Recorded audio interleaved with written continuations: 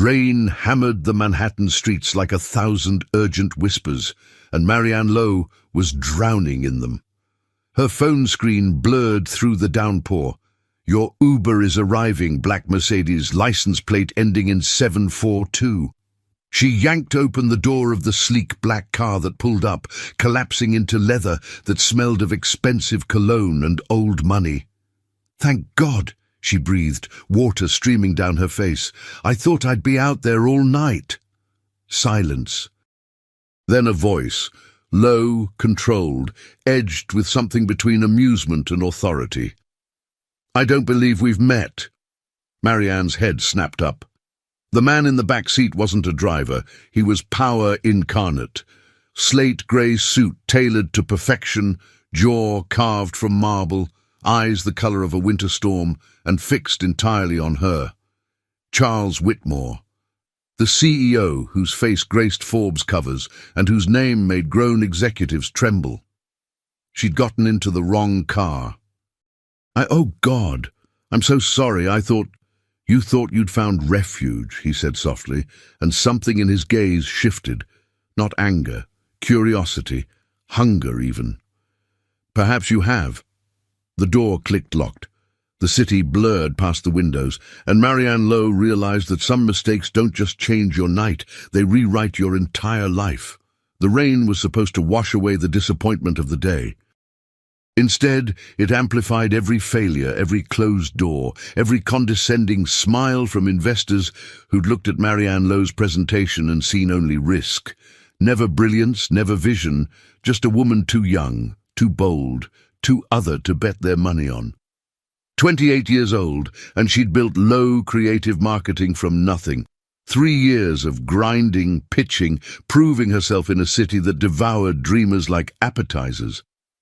Tonight, she'd lost her biggest potential client to a firm with whiter faces and older money.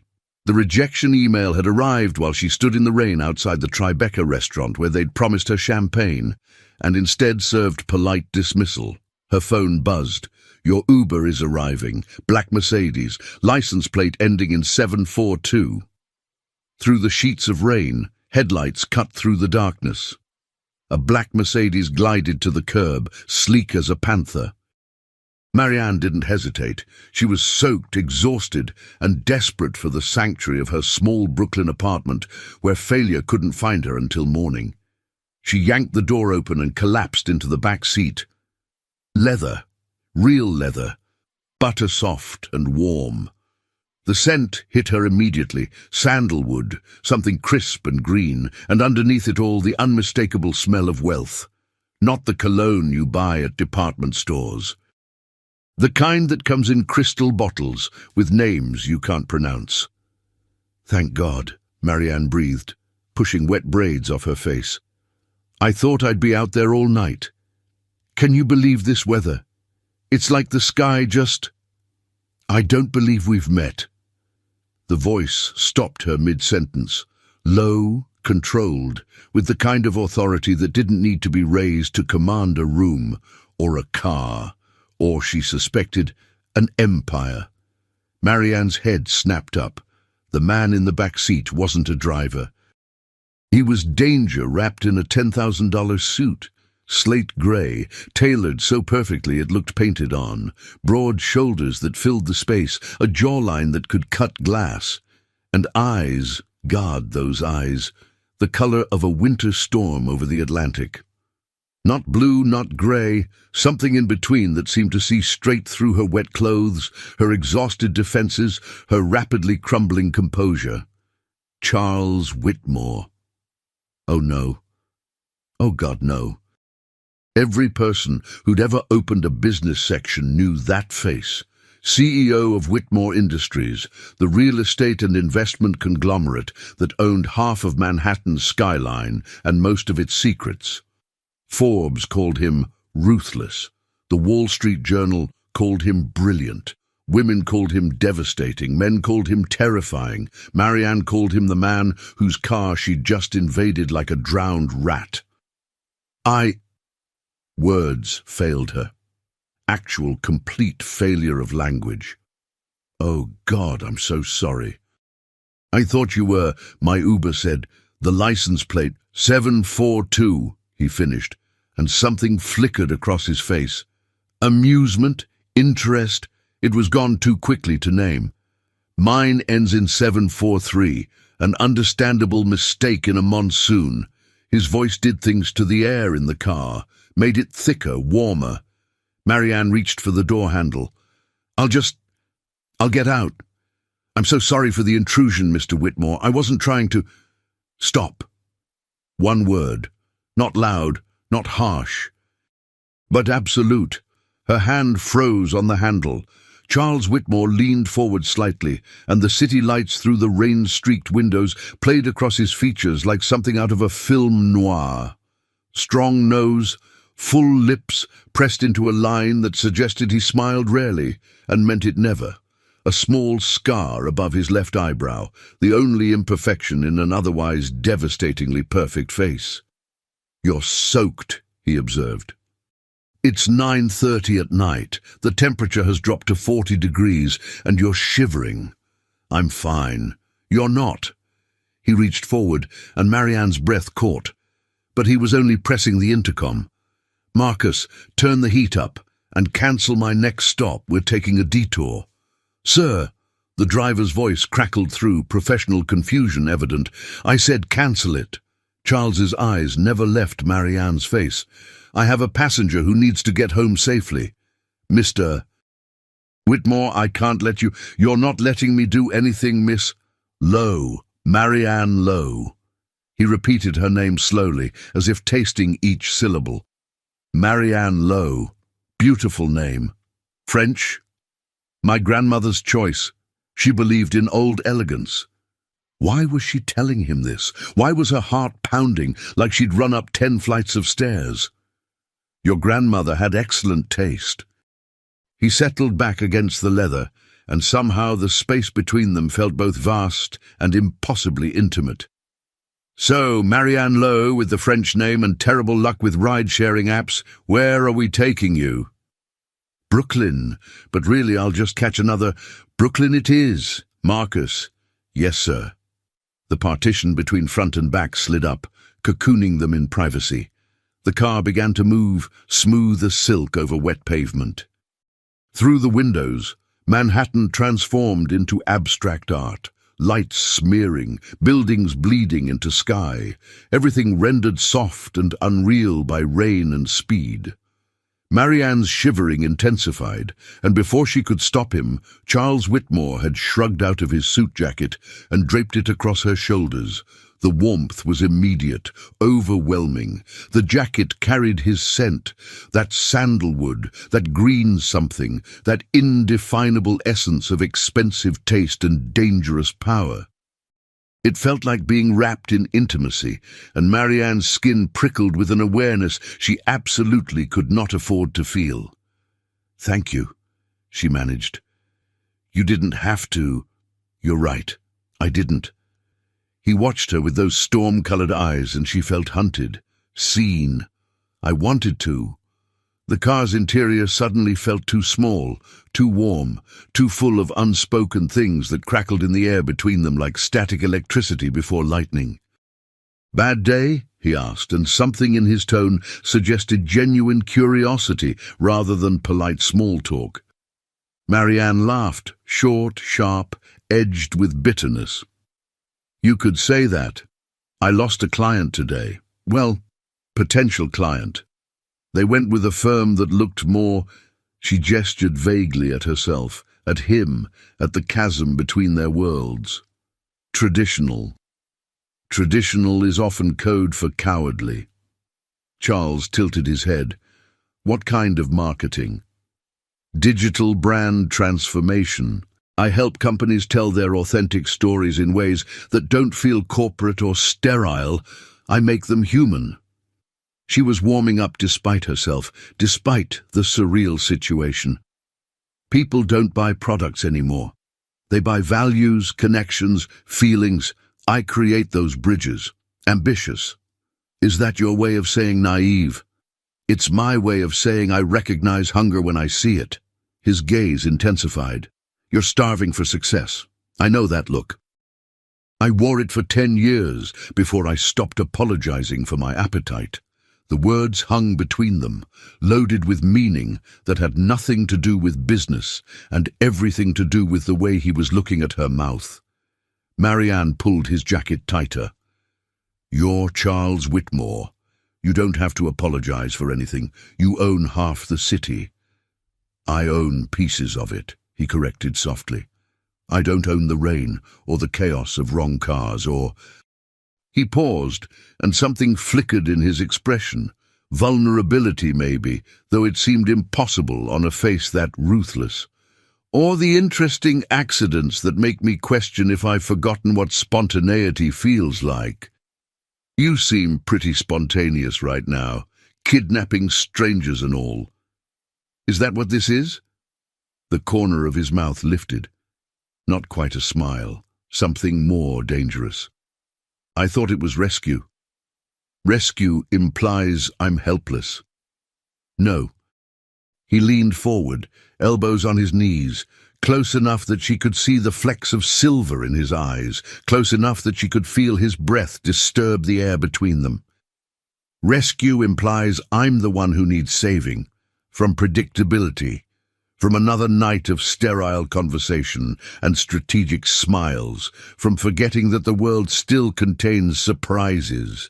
Marianne's pulse hammered in her throat. "I'm not a surprise, I'm a mistake. The best things in my life started as mistakes, Miss Lowe." The car slowed.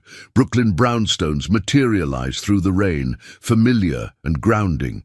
Her building came into view, modest, comfortable, worlds away from wherever Charles Whitmore lived. Probably a penthouse made of glass and ambition, overlooking the city he conquered daily. Marcus stopped the car. Neither of them moved. "Thank you," Marianne said, though the words felt inadequate for whatever had just happened in this car. "For the ride and the jacket. I'll have it cleaned and returned. Keep it." Charles's voice was rough, almost uncertain. "Consider it a souvenir of the night you got into the wrong car. Or the right one." The words escaped before she could stop them, and his eyes flashed. Heat, recognition, something wild and entirely unexpected from a man whose reputation was built on ice-cold control. "Marianne Lowe," he said slowly, as if memorizing her name for later use. "I suspect we'll see each other again. Manhattan's a big city, Mr. Whitmore. Charles, and yes, it is. But I have a feeling about you." He reached into his pocket, pulled out a business card. Heavy cardstock, embossed lettering, the kind that announced importance before you even read it. "When you're ready to stop playing small, call me. I'm always interested in hunger that matches my own." Marianne took the card. Their fingers brushed. Electricity, tangible and shocking. She fled into the rain, his jacket still wrapped around her shoulders, his scent in her lungs, his words echoing in her head. Behind her, the black Mercedes idled for a long moment before pulling away, sleek and silent as a promise. In her hand, the business card grew warm, and Marianne Lowe realized that some wrong turns lead exactly where you're meant to go. 5 days later, Marianne stood outside the glass and steel monolith that was Whitmore Tower and tried to remember how to breathe. 78 stories of pure ambition piercing the Manhattan skyline. The building didn't just command attention, it demanded submission. Every angle was sharp, every surface reflective, as if the structure itself was designed to make you see yourself clearly. Small, insignificant, merely human in the face of such calculated grandeur. "We're really doing this?" Beside her, James Chen, her business partner and best friend since college, shifted his portfolio nervously. At 30 years old, James had the brilliant mind of a creative genius and the anxiety levels of a caffeinated hummingbird. "Because we could still run. I know a great taco place in Queens. We could eat our feelings instead of facing certain professional humiliation. We're not running." Marianne adjusted her burgundy blazer, the one she'd bought specifically for pitches like this. Tailored, professional, expensive enough to be taken seriously, but not so expensive it screamed imposter. Her braids were swept into an elegant updo, gold hoops gleaming at her ears. She looked like success. She just had to convince her racing heart that she was success. "This is our last shot, James. Low creative marketing gets this contract, or we close our doors by Christmas." The truth sat heavy between them. 3 years of building, scraping, proving themselves, and they were still 1 bad month away from bankruptcy. The clients who'd promised loyalty had vanished when larger firms came calling. The investors who'd seemed interested had disappeared after second meetings, their interest cooling like coffee left too long on a desk. And then, yesterday morning, the email had arrived from Charles Whitmore to Marianne Lowe. Subject: Proposal. "Miss Lowe, I find myself in need of fresh perspective. Whitmore Industries is seeking to rebrand our public image, soften the edges, as it were, without losing the strength. Your approach intrigues me. Tomorrow, 2 p.m., my office. Bring your best work and your honest opinion. I've heard enough polite lies to last 3 lifetimes. C.W." She'd stared at that email for 20 minutes, heart pounding, Charles Whitmore's business card still tucked in her wallet, where she'd been unable to throw it away despite 5 days of telling herself that rainy night was a fluke, a moment out of time, meaningless. Now they were here. The lobby was marble and ambition. Marianne and James joined the river of people flowing through security.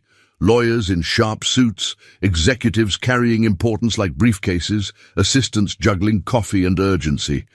Everyone moved with purpose, with the kind of confidence that came from being exactly where power lived. 65th floor, James murmured, checking his phone. Executive offices. "Oh God, Marianne, what if we throw up in his office? What if I say something stupid? What if—" "You're brilliant," Marianne cut him off firmly. "We're brilliant, and we're going to walk in there like we belong." The elevator was glass, of course it was glass, because Charles Whitmore wanted everyone to see how high they were climbing. Manhattan spread below them, shrinking with each floor, until the city became a model of itself, tiny and conquerable. The doors opened onto the 65th floor. Whispered elegance. That was the only way to describe it. Soft grey carpet thick enough to muffle ambition's footsteps. Walls of polished dark wood and frosted glass. Original artwork. Real pieces. Museum quality. Placed with the casual arrogance of someone who owned beauty without trying. And beyond floor-to-ceiling windows, Manhattan glittered like a prize already won. A woman in her mid-40s, elegant and efficient in black Armani, appeared as if summoned by their presence. "Miss Lowe, Mr. Chen, I'm Victoria Brennan, Mr. Whitmore's executive assistant. He's expecting you."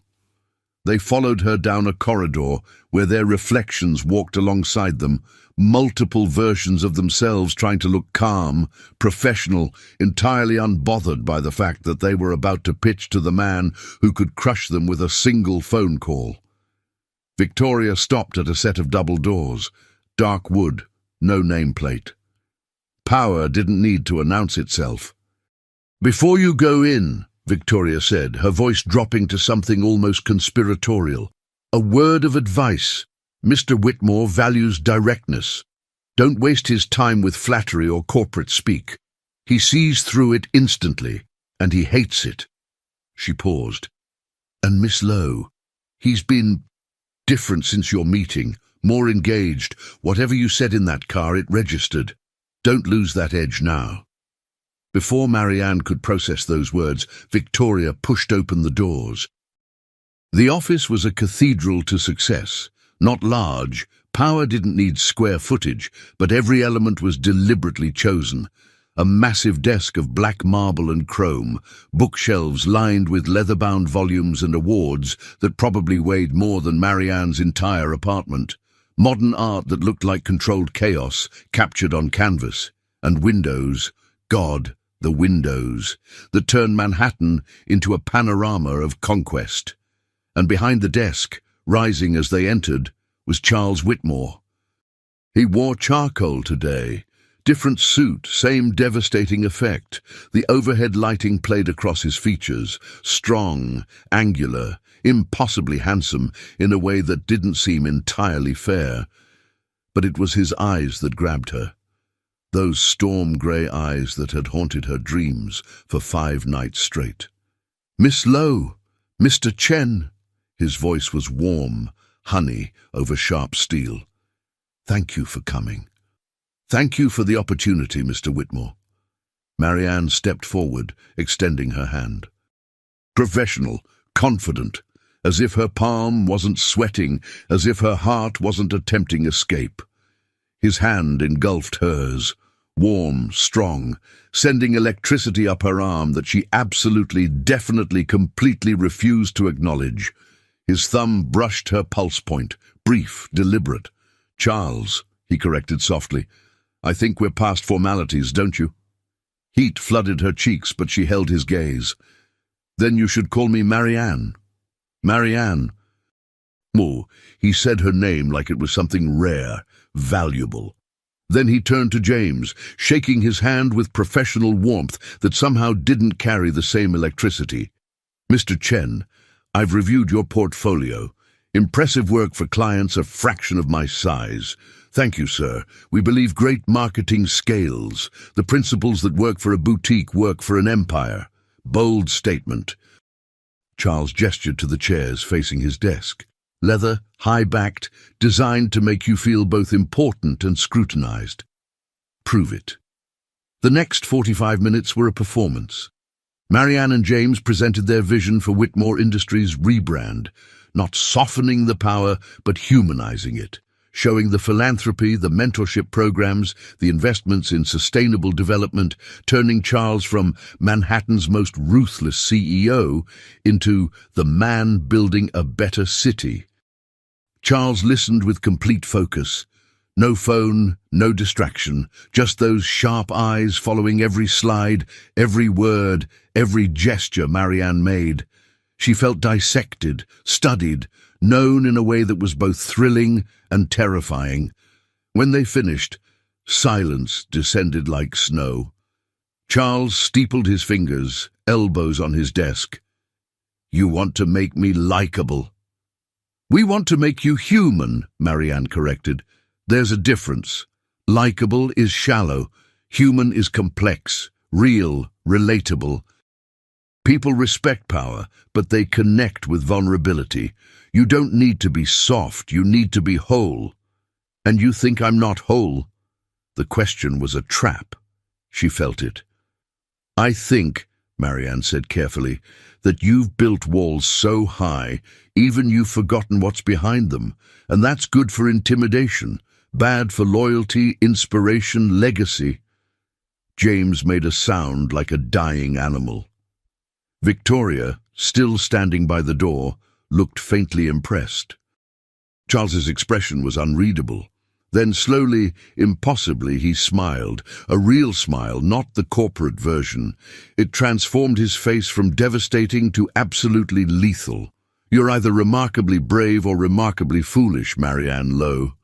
"Both," she admitted, "usually at the same time." He laughed, a sound rich and genuine that seemed to surprise even him.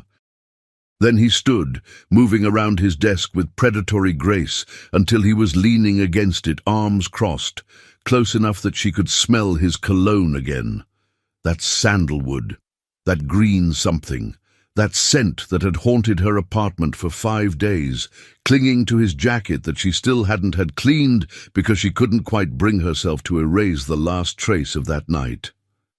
"I want to hire you," Charles said, "but not just for marketing." Marianne's stomach dropped. "I'm sorry. I need a partner for events, charity galas, investor dinners, someone intelligent, articulate, beautiful, someone who can stand beside me and make me seem less like a corporate shark and more like a human being with interests beyond profit margins. You're asking me to be," she couldn't quite say it, "a companion," he supplied smoothly. A presence. Arm candy, if you want to be crude about it, but compensated arm candy. He named a figure that made James choke. Per month. 6-month contract. In return, Whitmore Industries becomes Low Creative Marketing's flagship client. I'll direct 3 other companies in my portfolio to you as well. By Christmas, you'll be turning clients away. Marianne felt like she was falling. You want to pay me to attend parties with you. I want to pay you to help me rebuild a reputation I've destroyed through years of not caring what anyone thought. I want you to teach me how to be approachable without being weak. He paused and something raw flickered across his face. I want to know what it feels like to walk into a room with someone genuine beside me instead of calculating opportunists. This is insane. It's business. His eyes held hers, challenging. Smart, strategic, mutually beneficial business. Unless you're afraid. Of what? Of me. Of this. Of what might happen when we stop pretending this is purely professional. The air between them crackled. Marianne was aware of James behind her, of Victoria by the door, of Manhattan spreading beyond the windows, but mostly she was aware of Charles Whitmore, close enough to touch, offering her everything she needed, wrapped in a deal that could destroy her. I'll need to think about it, she managed. You have 24 hours. He straightened, all business again. I have a gala tomorrow night, the Metropolitan Museum, 500 of Manhattan's most influential people. If you say yes, you'll be there, at my side, wearing something that costs more than your rent, being exactly what I need you to be. And what's that? Real. The word was soft, almost vulnerable. Just real. Marianne stood, James scrambling up beside her. Her legs felt unsteady, her mind raced. 24 hours, she repeated. 24 hours. Charles extended his hand again. I'll be waiting, Marianne Lowe. I suspect I'll be doing a lot of that where you're concerned. She shook his hand, electricity again, chemistry that couldn't be denied, and fled his office with as much dignity as she could salvage. In the elevator, James stared at her. Did that really just happen? Did Charles Whitmore just offer you a pretty woman contract minus the sex? I don't know what just happened. Are you going to say yes? Marianne looked at her reflection in the glass. Professional, poised, entirely overwhelmed. I don't know, she whispered. But her reflection knew the truth. She was going to say yes, because refusing Charles Whitmore wasn't just impossible, it was unthinkable. The gown was a work of art. Marianne stood before the full-length mirror in the boutique's private fitting room. Not a store, a boutique, the kind that didn't display prices because, if you had to ask, you couldn't afford it, and barely recognized herself. Midnight blue silk that seemed to absorb light and radiate it back as something more mysterious. The neckline plunged in a way that was daring without being desperate, showcasing her collarbones and the elegant line of her neck. The fabric hugged her curves like it had been designed specifically for her body, which, according to the seamstress who'd spent 3 hours adjusting every seam it had been, you look like royalty, James breathed from the velvet settee behind her. He'd insisted on coming, moral support and reality check combined. Dangerous, powerful royalty who could start wars and end dynasties. I look like I'm playing dress-up in someone else's life. No. The voice came from the doorway, smooth, authoritative, entirely unexpected. You look like you've finally stepped into the life you were always meant to have. Marianne spun. Charles Whitmore filled the doorway in a tuxedo that should have been illegal. Black on devastating, custom-tailored to emphasize those broad shoulders, that narrow waist, the lean power of a man who commanded empires before breakfast. His dark hair was slightly tousled, as if he'd been running his hands through it. His storm-grey eyes tracked over her slowly, deliberately, leaving heat everywhere they touched. I didn't expect you here, Marianne managed, acutely aware that the gown left very little to imagination. I thought you'd just send the dress. I don't do anything by half measures. He stepped into the room, and suddenly the spacious fitting area felt intimate. Besides, I wanted to see if my instincts were correct. About what? About you. He circled her slowly, a predator assessing prey, except the hunger in his eyes wasn't threatening. It was something far more dangerous. I knew you'd be beautiful. I didn't anticipate breathtaking. Heat flooded her cheeks, her chest, places she absolutely would not acknowledge. It's just a dress. It's never just a dress. He stopped in front of her, close enough that she could smell his cologne. Different tonight, something with notes of cedar and smoke. It's armor, confidence, transformation. You understand that, don't you? You're a marketer. You know the power of presentation. I also know the difference between presentation and authenticity. Do you? His gaze held hers, challenging. Because right now, looking at you, I see both. The woman who got into my car 5 days ago, soaked and furious, and absolutely herself, she's still here. The dress didn't erase her, it revealed her. Marianne's breath caught. Behind them, James made a small sound and suddenly became very interested in his phone. The gala starts in 2 hours, Charles continued, his voice dropping to something intimate. My driver will collect you at 7:30. I'll meet you there. I have one last meeting I can't reschedule. But Marianne, he reached out, his fingers grazing her bare shoulder. The touch lasted less than a second but burned like a brand. Thank you for saying yes. You didn't give me much choice. I gave you every choice.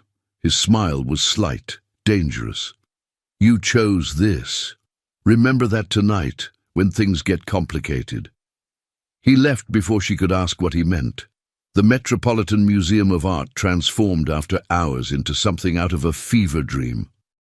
Marianne ascended the iconic steps at 7:45, fashionably late as instructed, and felt like she was entering another dimension.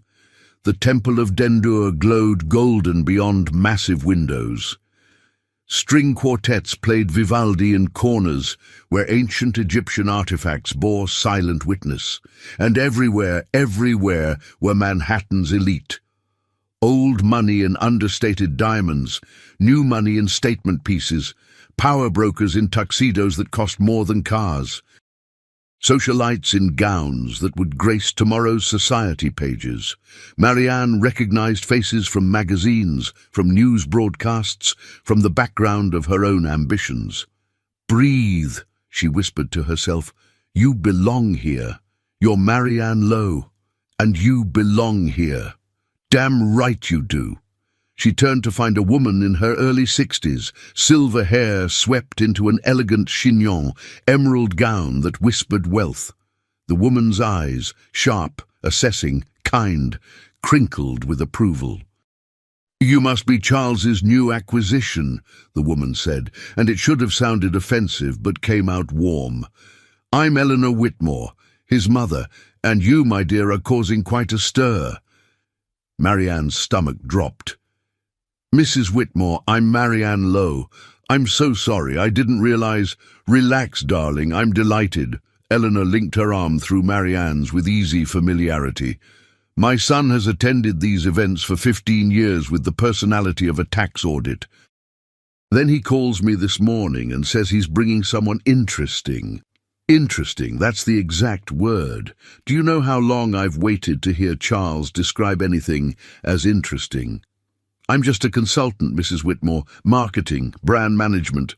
Oh, please. Eleanor's laugh was musical. I built half of Charles's empire while my late husband took credit for it. I know consulting when I see it, and sweetheart, you're not consulting, you're shaking things up. Keep doing it. God knows he needs it. Before Marianne could respond, a ripple went through the crowd. Conversations paused mid-sentence. Heads turned. And there, descending the interior stairs like he owned not just the moment but time itself, was Charles Whitmore. He didn't hurry. He didn't need to. Every eye found him naturally, drawn by that magnetic presence that seemed to bend space around him.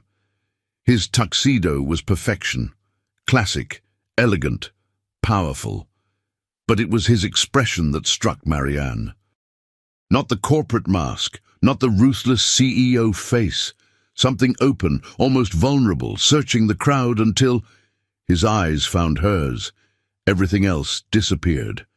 He crossed the distance between them with purpose, and Marianne felt every gaze in the room track his movement. Speculation rippled like wind over water. Who was she? Where had she come from? What was Charles Whitmore doing, looking at her like she was the only real thing in a room full of expensive illusions? Mother. He kissed Eleanor's cheek without breaking eye contact with Marianne. I see you've already kidnapped my date. Just getting to know her, darling. She's lovely. Don't ruin her. I'll try to restrain myself. He offered Marianne his arm. Shall we? The contact was electric. His forearm beneath her palm was solid, warm through the expensive fabric. He led her deeper into the party, into the heart of Manhattan's power structure, and Marianne felt like she was floating. You're staring at me, she murmured. You're extraordinary. I'm allowed to stare. People are watching. Let them. His voice was low, meant only for her. Do you know what they're thinking right now? That I don't belong here? No. He stopped, turning to face her fully. The crowd parted around them like water around stones. They're thinking I finally look alive. Like I've been sleepwalking through my life for years, and suddenly someone turned on the lights. Charles, dance with me. It wasn't a question. He was already guiding her toward the dance floor, where couples moved in elegant synchronization. The orchestra shifted into something slower, more intimate. Clair de Lune, Debussy's Moonlight translated to strings. Charles pulled her close. One hand settled at the small of her back, warm through the thin silk. The other enfolded her fingers. Their bodies aligned, not inappropriately, but close enough that she could feel his heartbeat through layers of fabric and pretense. I don't know if I can do this, Marianne whispered as they began to move. He led effortlessly, and her body followed without conscious thought. Do what? Pretend. That this is just business, that I'm not terrified and thrilled and completely out of my depth. Good! His breath stirred her hair. I'd hate to be the only one feeling that way.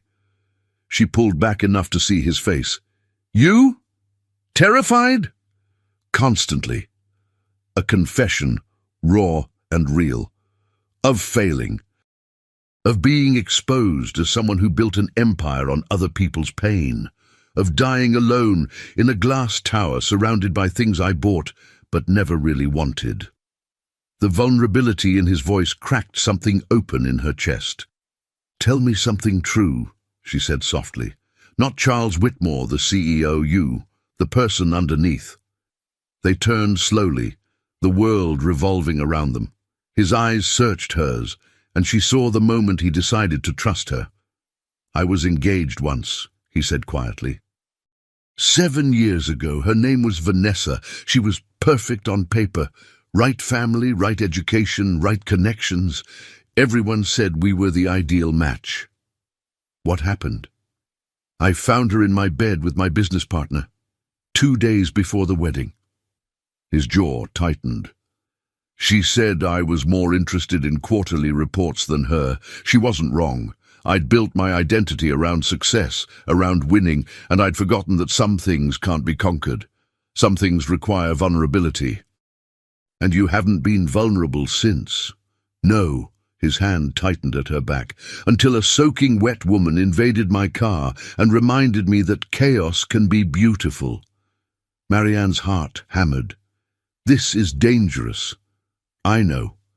We have a contract, professional boundaries. I know. Charles.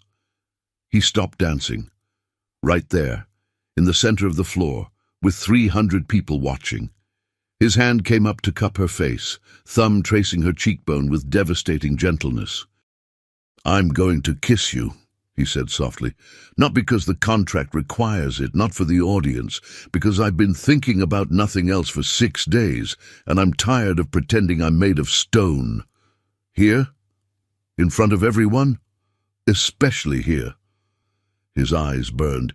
Let them see, let them know that Charles Whitmore finally found something he can't buy, can't negotiate, can't control, something real. He kissed her, soft at first, questioning. His lips against hers like a conversation they'd been having since that rainy night, now finally spoken aloud. Marianne melted into him, her hands sliding up his chest to curl around his neck. The kiss deepened, heat and hunger, and something tender underneath, something that felt like falling and flying at the same time. The room erupted in whispers. Camera phones appeared. Tomorrow's gossip columns were being written in real time. Marianne didn't care. When they finally broke apart, both breathless, Charles pressed his forehead to hers. "I'm not sorry," he whispered. "You should be. You just made me front-page news." "Good. Now everyone knows you're mine." "I'm not—" "I know." He smiled, sad and hopeful at once. "But I'm allowed to pretend, aren't I?" 3 hours later they escaped to his penthouse. Not for anything illicit, though God knew the tension between them could ignite buildings. Charles had simply whispered, "Get me out of here before I say something that makes tomorrow's headlines worse," and Marianne had laughed and agreed. The penthouse was everything she'd imagined and nothing she'd expected. Yes, it was luxury. Floor-to-ceiling windows overlooking Central Park and the glittering cityscape. Modern furniture that looked like art installations. A kitchen of marble and chrome that had probably never seen actual cooking. But there were also books, real books, worn and loved, stacked on tables. A record player, vintage, with vinyl albums scattered nearby. Photographs in simple frames, Charles with his mother, younger and smiling without calculation. A golden retriever that must have been a childhood pet. A man who looked like an older version of Charles, his father probably, with his arm around a teenage boy who hadn't yet learned to hide his emotions. "You're human," Marianne said wonderingly, examining a shelf of mystery novels. "You read Agatha Christie. I contain multitudes." Charles shrugged out of his tuxedo jacket, loosening his bow tie. The gesture was intimate, domestic. "Whiskey? Wine? Water?" "Whiskey. I feel like I need it." He poured 2 glasses, something amber and expensive, probably aged longer than she'd been alive, and joined her by the windows. The city spread below them, infinite and possible. "Thank you," he said quietly. "For tonight, you were— perfect isn't the right word. You were yourself, which is rarer and more valuable. I kissed you in front of Manhattan's elite. I kissed you." His smile was wicked. "Let's get the facts straight. Charles, we need to talk about boundaries." "I know." He set down his glass, turning to face her fully. "I know we have a contract. I know this should stay professional. I know every logical reason why getting involved would be complicated and potentially destructive. But I also know I haven't felt this alive in 7 years, maybe ever, and I'm tired, Marianne, so tired of protecting myself, of building walls, of winning everything except the things that actually matter." He stepped closer, close enough that she could see the vulnerability in his eyes, the hope and fear tangled together. "So tell me," he continued softly, "tell me I'm not imagining this. Tell me you feel it too, this thing between us that has nothing to do with contracts and everything to do with 2 people who recognize something essential in each other." Marianne's hands trembled. She set down her glass before she dropped it. "I feel it," she admitted, "and it terrifies me." "Why?" "Because you're Charles Whitmore. Because you could destroy my career with a phone call." Because I've spent 3 years building something from nothing, and getting involved with you could erase all of it. Because, her voice cracked, because I'm finally starting to believe I deserve success on my own terms, and falling for you feels like taking the easy path. Falling for me would be many things, Marianne. Easy isn't one of them. He cupped her face again, both hands this time, holding her like she was something precious and fragile. I don't want to be your savior, he said fiercely. I don't want you dependent on me or diminished by me. I want you as my equal, challenging me, calling me on my bullshit, making me remember that empires mean nothing if you build them alone. What are you asking for? Honesty. A chance, time to figure out if this is real or just chemistry and circumstance. His thumb traced her lower lip. I'm not asking you to fall in love with me, Marianne. I'm just asking you not to run away before we know what this could be. The city glittered below them. The night stretched ahead, full of possibility and danger. Marianne closed her eyes, felt his hands holding her face, felt her heart making decisions her mind couldn't quite process. 6 months, she whispered. We honor the contract. We see where this goes. But Charles, the moment this feels like I'm losing myself, I walk. No negotiations, no bargaining. I walk. Deal. Relief flooded his expression. Though I should warn you, I'm very good at negotiations, and I'm very good at knowing my worth. I know. He smiled, genuine and devastating. That's why I want you.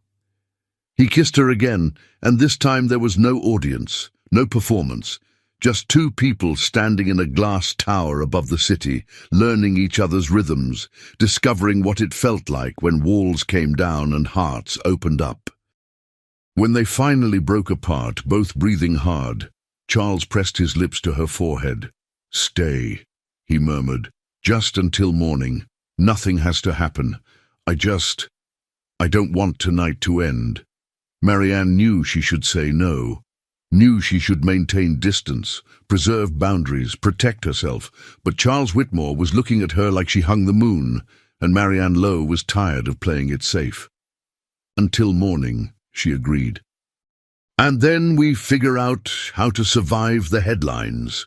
He laughed, bright, relieved, young, and pulled her toward the couch where they could watch the city breathe and pretend, just for a few hours, that the world outside didn't exist. They fell asleep tangled together, fully clothed, as dawn painted Manhattan gold, and neither noticed the photographer across the street, capturing everything. The photograph was everywhere. Marianne woke to 73 text messages, 42 missed calls, and a phone that wouldn't stop buzzing. She disentangled herself from Charles, still asleep on the couch, hair mussed, looking younger and more vulnerable than she'd ever seen him, and stumbled to the bathroom where she could process the digital avalanche in private. Page 6. Whitmore's mystery woman. Who is Marianne Lowe? Daily Mail. Manhattan's most eligible bachelor off the market. Charles Whitmore and stunning new girlfriend caught in passionate embrace.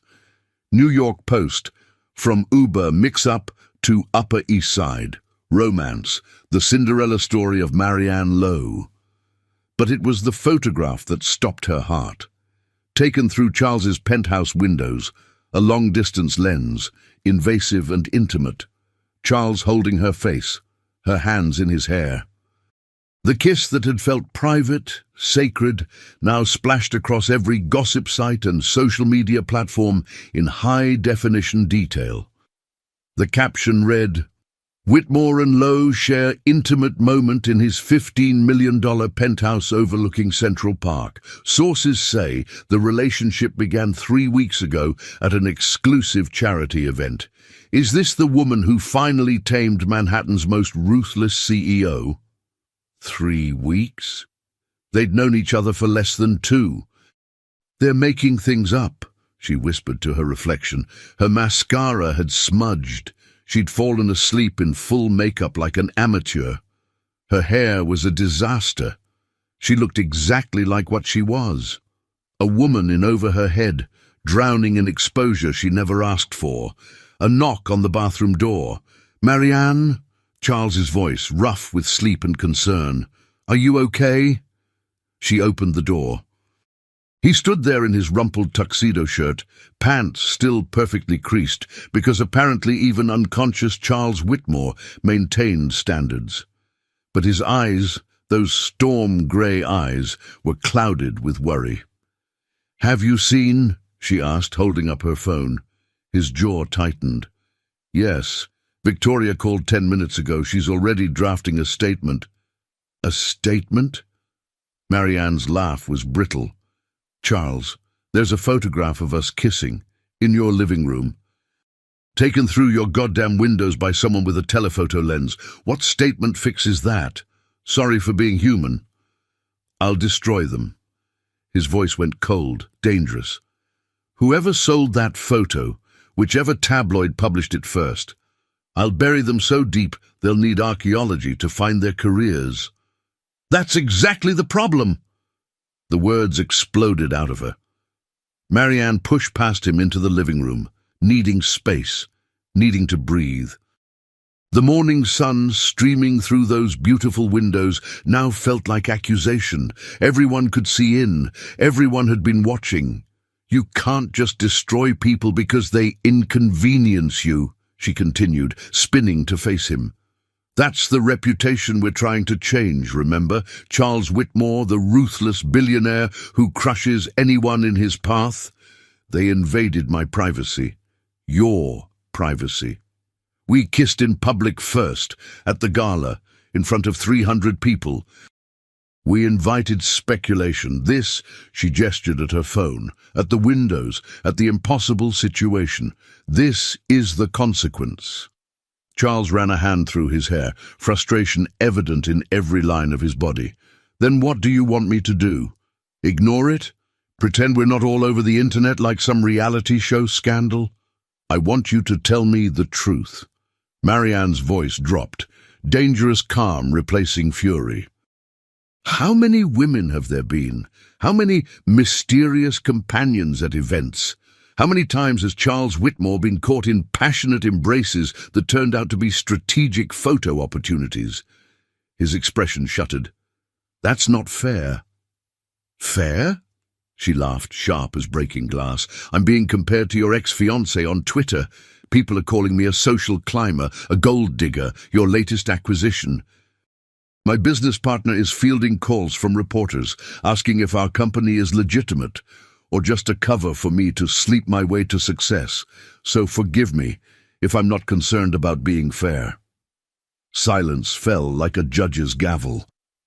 Charles stood very still, and Marianne watched him process her words, watched the anger drain away, replaced by something that looked like pain.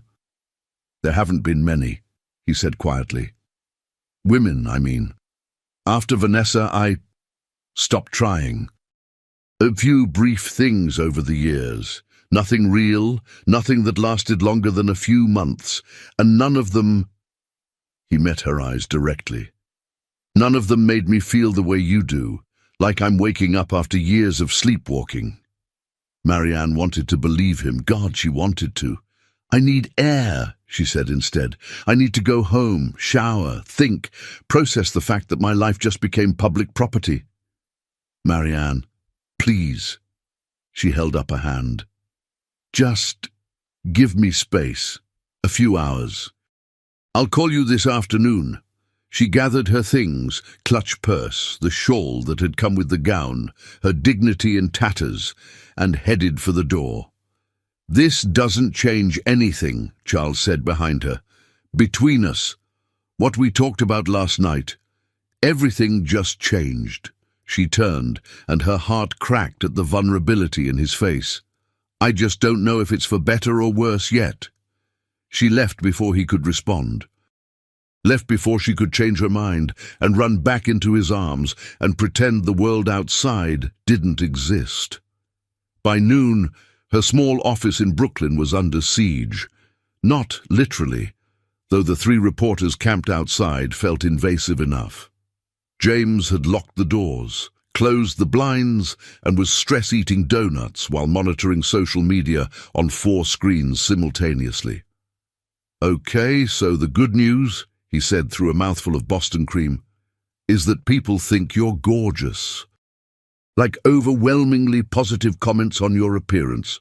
Someone started a Twitter thread analyzing your dress, and it has 30,000 likes. And the bad news? People think you're a gorgeous gold digger who seduced Charles Whitmore for his money. There's literally a betting pool on how long before he gets bored and dumps you." James paused. "Also, someone dug up your college photos, the ones from that regrettable phase where you had bangs." Marianne dropped her head into her hands. "I'm going to die, actually die, of embarrassment and poor early 20s fashion choices." "You're not going to die. You're going to—" The office phone rang. They both stared at it like it might explode. "Don't answer," Marianne said. "It might be important. It's a reporter or a client." James picked up the receiver. "Low creative marketing. How may I—" Oh, shit. Yes, she's here. One moment." He covered the mouthpiece, eyes wide. "It's Vanessa Hartwell." The name hit like a physical blow. Charles's ex-fiancée, the woman who destroyed him 7 years ago. "Hang up." "She says it's urgent. About Charles. She says—" James listened, color draining from his face. "She says Marianne needs to know what she's gotten herself into before it's too late." Against every instinct screaming at her to run, Marianne took the phone. "Miss Lowe." The voice was smooth, cultured, laced with something Marianne couldn't quite identify. Amusement, pity. "I apologize for the intrusion, but I felt we should talk, woman to woman. I have nothing to say to you." "Perhaps, but I have quite a lot to say to you. Did Charles tell you why our engagement ended?" "That's none of my business." "Oh, but it is. Because history has a way of repeating itself, and I'd hate to see another woman destroyed by Charles Whitmore's inability to love anything more than his own ambition." Vanessa's voice turned sharp. "Meet me. 1 hour. There's a cafe on Madison and 68th. Come alone, hear what I have to say, and then decide if you still want to play house with Manhattan's most dangerous man." The line went dead. Marianne stood frozen, phone still pressed to her ear, while James watched her with growing alarm. "What did she say?" "She wants to meet." "Absolutely not. It's obviously a trap. I'm going." Marianne grabbed her jacket, her determination hardening like steel. "I need to know. Whatever truth she's hiding, whatever games are being played, I'm not going in blind. Marianne, this is insane. My whole life is insane right now." The words burst out, 3 days of tension exploding. "I'm dating a billionaire I barely know. I'm on the front page of tabloids. Photographers are stalking me. My professional reputation is being questioned. And now his ex-fiancée, the woman who broke him, wants to tell me secrets. So yes, James, I'm going. Because I'd rather face whatever's coming than hide and hope it goes away." She left before he could argue further. The cafe was exactly what she'd expected. Elegant, understated, the kind of place where Manhattan's elite conducted their sophisticated warfare over $30 lattes and artisan pastries. Vanessa Hartwell sat at a corner table, and she was devastatingly beautiful. Tall, blonde, with the kind of bone structure that photographers dreamed about. She wore cream cashmere and pearls, her makeup flawless, her posture perfect. Everything about her screamed old money, good breeding, the kind of woman who belonged on Charles Whitmore's arm. Marianne suddenly felt every dollar of difference between them. "Miss Lowe," Vanessa smiled, but it didn't reach her eyes. "Thank you for coming. Please, sit." Marianne sat, spine straight, refusing to be intimidated. "You have 5 minutes. Direct, I like that." Charles always preferred fire to submission. Vanessa sipped her coffee. Espresso, probably, black and bitter. "I'll be equally direct. You think you know him. You think that because he kissed you, held you, showed you some vulnerability, that you've seen the real Charles Whitmore. And I haven't. You've seen a version, the one he creates when he wants something. Charles is brilliant at that, making you feel special, chosen, like you're the only person who truly understands him. Vanessa's smile turned sad. I believed it too. For 3 years I believed I was his partner, his equal. Then I discovered the truth, which is that Charles Whitmore is incapable of putting anything before his empire. Not love, not loyalty, not even basic human decency. Our wedding was scheduled for a Saturday. The Thursday before, he closed a deal that destroyed my father's company, deliberately, ruthlessly, because it benefited Whitmore Industries. Marianne's stomach dropped. I don't believe you. Don't you? Vanessa leaned forward. My father lost everything, his business, his reputation, his will to fight. He had a heart attack 6 months later. Charles sent flowers to the funeral. Her voice was poison and pain combined. That's who you're falling for. A man who values victory over everything, who will sacrifice anyone, even the people who love him, to win. Then why? Marianne's voice shook. Why did Charles tell me you cheated, that he found you with his business partner? Vanessa's laugh was bitter. Is that what he said? That I betrayed him? She shook her head. The man I was with? David Chen, Charles's partner, the one Charles framed for embezzlement 3 months later and drove out of the company. David and I weren't having an affair, Miss Lowe. We were planning an intervention. Trying to find a way to make Charles see what he was becoming before he destroyed everyone around him. The cafe spun. Marianne gripped the table. You're lying. Am I? Vanessa pulled out her phone, tapped the screen, and slid it across the table. These are emails from 7 years ago. David and I discussing how to help Charles, how to stage an intervention, how we thought, foolishly, that showing him we were working together might shock him into change. Marianne scrolled through the messages. Her hands trembled. We need to make Charles see he's losing himself. The man I agreed to marry wouldn't destroy Marcus's company out of spite. We have to help him. Vanessa, I'm worried. He's not sleeping, barely eating. All he talks about is the next deal, the next acquisition. We're losing him. Tomorrow, we'll talk to him together. Make him understand. The next day, Vanessa said softly, Charles walked in on us, drew the worst conclusion. And rather than listen, rather than consider that people who loved him might be trying to save him, he went to war, destroyed David's career, called off our wedding, spent 7 years building higher walls and telling himself he was the victim. Marianne felt sick. Why are you telling me this? Because I see the way he looks at you in those photographs, the same way he once looked at me. Vanessa's expression was almost kind. And because, unlike me, you still have time to walk away. Before you invest everything in a man who will always choose his empire over your heart, before you become another casualty of Charles Whitmore's ruthless ambition. She stood, gathered her designer purse, and paused beside Marianne's chair. He'll tell you I'm lying, she said quietly. He'll explain it all away, make you feel foolish for doubting him. That's what he does, manipulates reality until he's always the hero.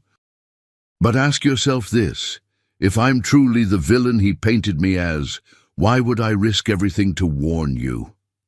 Vanessa left, perfume and implications trailing behind her. Marianne sat alone in the cafe while her phone buzzed with messages from Charles. Where are you? We need to talk. Please call me, Marianne, I'm worried, and tried to figure out which version of the truth to believe. The man who'd held her with such tenderness, or the monster his ex-fiancée had just described. Outside, rain began to fall, and Marianne Lowe realized that some wrong turns lead exactly where you're afraid to go. Marianne didn't call Charles back. For 3 days, she ignored his messages, his calls, the flowers that arrived at her apartment with notes written in his own hand. Please let me explain. This isn't what you think. Marianne, don't let her poison what we have.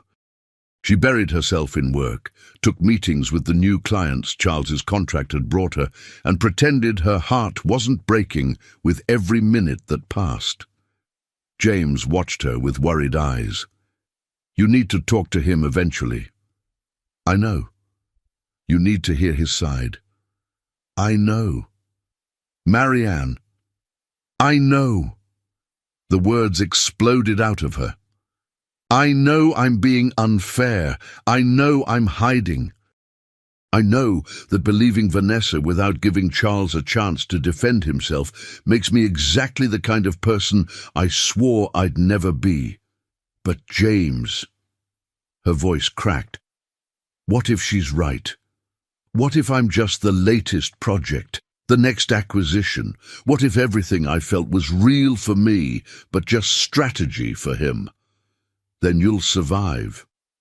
James took her hands, his grip firm and grounding. You've survived worse. You'll build your business, you'll move on, and you'll know you were brave enough to try. But Marianne, you don't get to make that decision based on someone else's story. You get to decide based on truth. She knew he was right, which was why on the fourth morning she finally read Charles's most recent message, the Hudson River Gala, tomorrow night. I'm being honored for the youth mentorship program, the one you helped me design. I need you there, not because our contract requires it, because I need to see your face when I tell 300 people the truth about who I am, and then you can decide if you still want to walk away. Please, Marianne, give me one more chance. Charles. She stared at the message for 20 minutes. Then she called Victoria Brennan. I need information, Marianne said without preamble, about David Chen, about what really happened 7 years ago, and I need it from someone who was there, who saw everything, who doesn't have a reason to lie to me. Victoria was silent for a long moment. Then, come to my office, 1 hour. I'll tell you everything. And Miss Lowe, it's worse than you think, but not in the way you fear. Victoria Brennan's office was a study in controlled elegance, less ostentatious than Charles's, but equally powerful. She poured them both coffee, the good kind, not the corporate swill, and settled behind her desk with the air of someone about to deliver devastating testimony. I've worked for Charles Whitmore for 12 years, Victoria began. I've seen him at his best and his absolute worst. I was there when Vanessa left. I was there when David Chen was fired. And I was there in the months that followed, watching Charles systematically destroy himself, trying to prove he didn't need anyone. Vanessa said Charles destroyed her father's company out of spite. He did. Victoria's confirmation hit like a physical blow.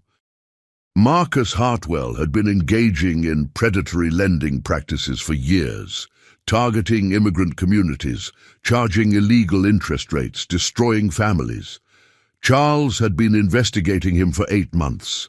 The wedding was in 2 weeks, when Charles finally had enough evidence to move. Marianne's coffee grew cold in her hands. He knew it would destroy Vanessa's family. He agonized over it. I've never seen him so torn. He came to me the night before he pulled the trigger and asked if doing the right thing was worth destroying the woman he loved. Victoria's expression was pained. I told him I didn't know, that some choices don't have good options, only less terrible ones. So he chose justice over love. He chose not to be complicit in harm, even when it cost him everything. Victoria leaned forward. Marcus Hartwell's company was destroying lives, Marianne. Families losing homes, immigrants being exploited, entire communities trapped in debt cycles. Charles could have looked away, married Vanessa, lived happily ever after with blood money funding their penthouse. Instead, he did what was right, and it destroyed him. And David Chen? Victoria's mouth tightened. David embezzled $1.2 million from Whitmore Industries over 3 years. We have forensic accounting records, bank statements, everything. The intervention Vanessa mentioned. It wasn't about helping Charles. It was David trying to convince Vanessa to help him cover his tracks. She didn't know. She genuinely believed they were helping Charles see he'd changed. The room tilted. Marianne set down her coffee before she dropped it. Charles walked in on them and saw David manipulating the woman he loved, using her compassion against her to save himself from prosecution. Charles could have sent David to prison. Instead, he gave him 24 hours to resign and repay the money, quietly, no scandal, no charges, because he knew it would destroy Vanessa to learn the truth about the man she'd been defending. But she thinks Charles framed him, because that's what David told her, and she believed it because by then she hated Charles for destroying her father. Victoria's voice was gentle. She's not lying to you, Miss Lowe. She genuinely believes her version. But trauma and love and betrayal have a way of rewriting history. She needed Charles to be the villain, so that's what she made him. Marianne stood, paced to the windows. Manhattan glittered below, indifferent to human drama. Why didn't Charles tell me this himself? Pride, shame, fear that you'd think he was making excuses. Victoria joined her at the window. Charles Whitmore spent 7 years building a reputation as ruthless because it was easier than admitting the truth. That doing the right thing cost him the woman he loved, that he's terrified of being that vulnerable again, that he'd rather be seen as a monster than risk another betrayal. And then I came along. And then you came along, and for the first time in 7 years, I saw him want something more than victory. He wants you to see him, the real him. Flawed, scared, trying desperately to be better than his worst choices. Marianne pressed her forehead against the cool glass. What if I can't? What if I'm not strong enough for this? Then you walk away, and Charles will survive. He always does. Victoria's hand touched her shoulder briefly. But Miss Lowe, I've watched a lot of women orbit Charles Whitmore over the years. You're the first one who made him remember that empires mean nothing if you build them alone. Don't throw that away because you're scared. Throw it away if it's not real, but know the difference. The Hudson River Gala was held on a yacht.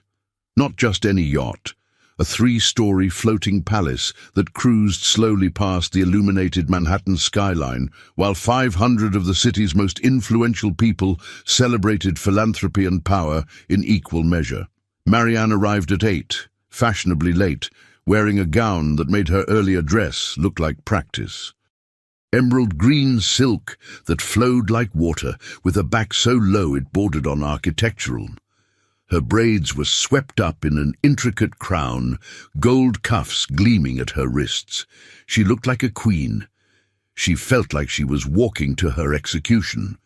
James had insisted on coming as moral support, looking sharp in his tuxedo and nearly fainting when he recognized 2 senators and a tech billionaire within 30 seconds of boarding. "I can't do this," Marianne whispered as they climbed the grand staircase to the main deck. "Yes, you can. You're Marianne Lowe. You get into wrong cars and end up exactly where you're supposed to be." She squeezed his hand, grateful. The main deck was a fairy tale of light and luxury, string lights crisscrossed overhead, reflecting off the water. Jazz played softly from a live band. Waiters circulated with champagne and delicacies that probably cost more per bite than Marianne's monthly rent used to be. And everywhere, beautiful people in beautiful clothes pretending their lives were as perfect as their appearances. Marianne felt eyes on her immediately. Whispers rippled through the crowd. She held her head high, channeling every ounce of confidence she'd ever possessed. "There." James nodded toward the bow of the yacht. Charles stood silhouetted against the Manhattan skyline, talking to a group of executives. He wore midnight blue tonight, not quite black, something richer. And even from across the deck, she could see the tension in his shoulders. He laughed at something someone said, but it was his public laugh, the one that didn't reach his eyes. As if sensing her presence, he turned. Their eyes locked across the crowd. Everything else disappeared. The gala, the yacht, the city glittering behind him, all of it faded into irrelevance. There was only Charles, looking at her with such raw hope and fear that her breath caught. He excused himself from his conversation and crossed the deck toward her. The crowd parted like water, everyone watching, everyone speculating. "You came," he said softly when he reached her. Up close she could see the exhaustion in his face, the days of sleepless nights. "I wasn't sure you would." "I talked to Victoria." Something flickered in his expression, relief, apprehension. "And?" "And I'm here." She met his gaze directly. "I'm listening, Charles. But I need the whole truth, not the version that makes you look good, not the edited story. Everything." "Okay." He glanced around at the watching crowd, then offered his arm. "Let me finish this speech first. Then I'll tell you everything. I promise." She took his arm, and electricity sparked between them, as always. They walked together toward the stage that had been set up on the deck, and Marianne felt every eye follow their progress. Eleanor Whitmore found them before they reached the stage. She looked elegant in navy chiffon, her expression warm but worried. "There you are, dear. Charles has been impossible for 3 days." She kissed Marianne's cheek, then whispered, "Whatever he did, give him a chance to fix it. God knows he's trying." Then Eleanor swept away, leaving them at the foot of the stairs leading to the stage. "Ladies and gentlemen," the MC's voice boomed over the speakers, "it is my great honor to introduce tonight's honoree, a man who has not only built one of Manhattan's most successful business empires, but has also committed over $50 million to youth mentorship programs in underserved communities. Please welcome Charles Whitmore." Applause erupted. Charles squeezed Marianne's hand once, brief, desperate, then climbed the stairs into the spotlight. He stood at the microphone and the crowd hushed, waiting, expecting the usual platitudes about giving back and corporate responsibility. Instead, Charles took a breath and began to dismantle his own mythology. "7 years ago," he said, voice clear and steady, "I destroyed the woman I loved to do what I believed was right. I shut down her father's company because it was engaging in predatory practices that harmed vulnerable communities. I lost my fiancée. I lost my faith in my own judgment. And I spent the next 7 years building walls so high that I forgot what it felt like to be human." Shocked silence rippled through the crowd. This wasn't a standard acceptance speech. "I became the man you all see in the newspapers, ruthless, calculating, successful but isolated. I told myself it was better that way, safer. That caring about people was a weakness I couldn't afford." His eyes found Marianne in the crowd. "And then I met someone who reminded me that success without connection is just expensive loneliness." Marianne's heart hammered. Cameras were everywhere capturing this moment, tomorrow's headlines writing themselves in real time. "I'm standing here tonight," Charles continued, "not to accept praise I don't deserve, but to tell the truth I've been avoiding for years. I'm scared, constantly, of failing, of being exposed as someone who makes terrible choices, trying to do the right thing, of dying alone, surrounded by things I bought to fill spaces that required people." His voice roughened with emotion. "I'm standing here to tell you that Charles Whitmore, the CEO, is a performance, a necessary one maybe, but underneath is just a man who wants to be known, seen, loved for who he is, not what he's built." He looked directly at Marianne now, and she saw tears in his eyes. This devastatingly powerful man, crying in front of 500 people, "And I'm standing here," he said, voice breaking, "to tell the woman I fell in love with over a wrong Uber and a rainy night conversation that I see her too. I see your strength, your brilliance, your refusal to be diminished by anyone, including me. I see your fear of losing yourself, and I'm telling you, I will spend every day proving that loving me doesn't mean becoming less. It means becoming more."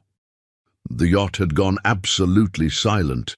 "I'm not asking you to save me, Marianne Lowe," Charles said, and her name on his lips felt like prayer.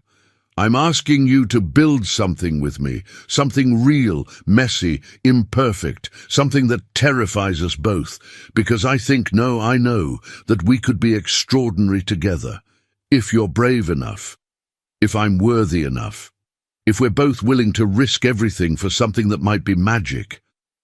He descended the stairs, walked directly to where she stood frozen, and dropped to one knee in front of everyone.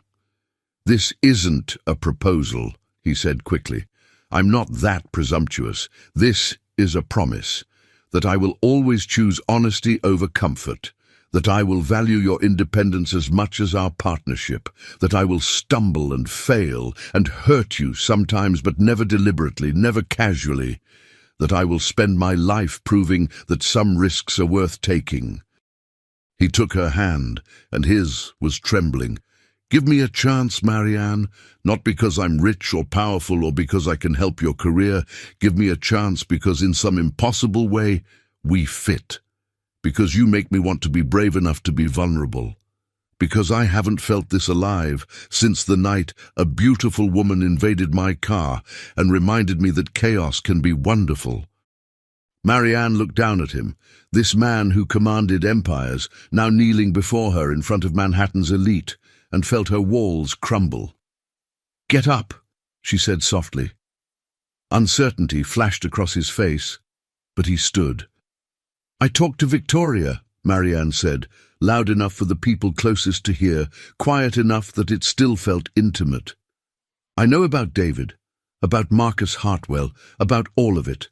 The real version, not the one Vanessa needed to believe." Charles's jaw tightened. And you're an idiot." Her voice was fierce, loving, exasperated. "You should have told me yourself. You should have trusted me with the truth instead of letting me spiral into doubt. You should have—" She didn't finish because Charles kissed her, right there, in front of 500 people and a dozen cameras. Kissed her like she was oxygen and he'd been drowning. Kissed her like nothing else in the world mattered. Not his reputation, not the watching crowd, not tomorrow's headlines. Just them, just this. When they finally broke apart, both breathless, Charles pressed his forehead to hers. "I'm sorry," he whispered, "for all of it, for not being braver sooner. I'm sorry too." She cupped his face, wiping away a tear with her thumb. "For believing the worst instead of asking for the truth, for running when I should have fought, for—" "Marianne?" "Yes?" "Stop apologizing and tell me you'll try. That's all I'm asking, just try. See if this is real. See if we can build something that scares us both in the best possible way." She looked into his storm-grey eyes and saw everything she'd been too afraid to want. Partnership. Challenge. A man who would push her to be extraordinary and catch her when she fell. A love that wouldn't diminish her, but would demand she show up fully, authentically, powerfully. 6 months, she said, echoing their earlier agreement. We honor the contract. We build our professional relationship. And we see if there's something more underneath. 6 months, he agreed, and then we decide if this is forever or just the most beautiful mistake we ever made. Charles smiled, that real smile that transformed his whole face, and kissed her again. The yacht erupted in applause. Cameras flashed. Tomorrow's headlines would be sensational. But in that moment, wrapped in each other's arms as Manhattan glittered past the windows and jazz played softly in the background, none of it mattered. 6 months later, the coffee shop on the corner of Marianne's Brooklyn Street had terrible coffee and the best view in the city. Or maybe that was just Marianne's bias talking. She sat at her usual table, the one by the window where she could watch the neighborhood wake up, with her laptop open and Charles dozing beside her. He'd spent the night again, He spent most nights now preferring her modest apartment with its creaky floors and questionable plumbing to his pristine penthouse. "You're staring at me," he murmured without opening his eyes. He wore sweatpants and one of her college t-shirts that was 2 sizes too small. He looked ridiculous. He looked perfect. "I'm admiring my work," Marianne corrected. "Low creative marketing just landed another Fortune 500 client.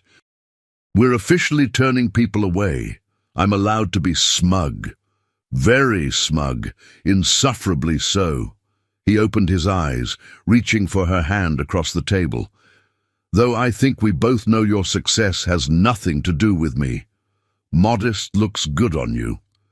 Everything looks good on me." She laughed, and he pulled her in for a kiss that tasted like terrible coffee and 6 months of learning each other's rhythms. They'd honored the contract, built the professional relationship. Marianne had helped Charles transform Whitmore Industries' public image, not by softening him, but by revealing the complexity underneath. The philanthropy, the second chances he gave to employees others had written off, the quiet investments in sustainable development and affordable housing.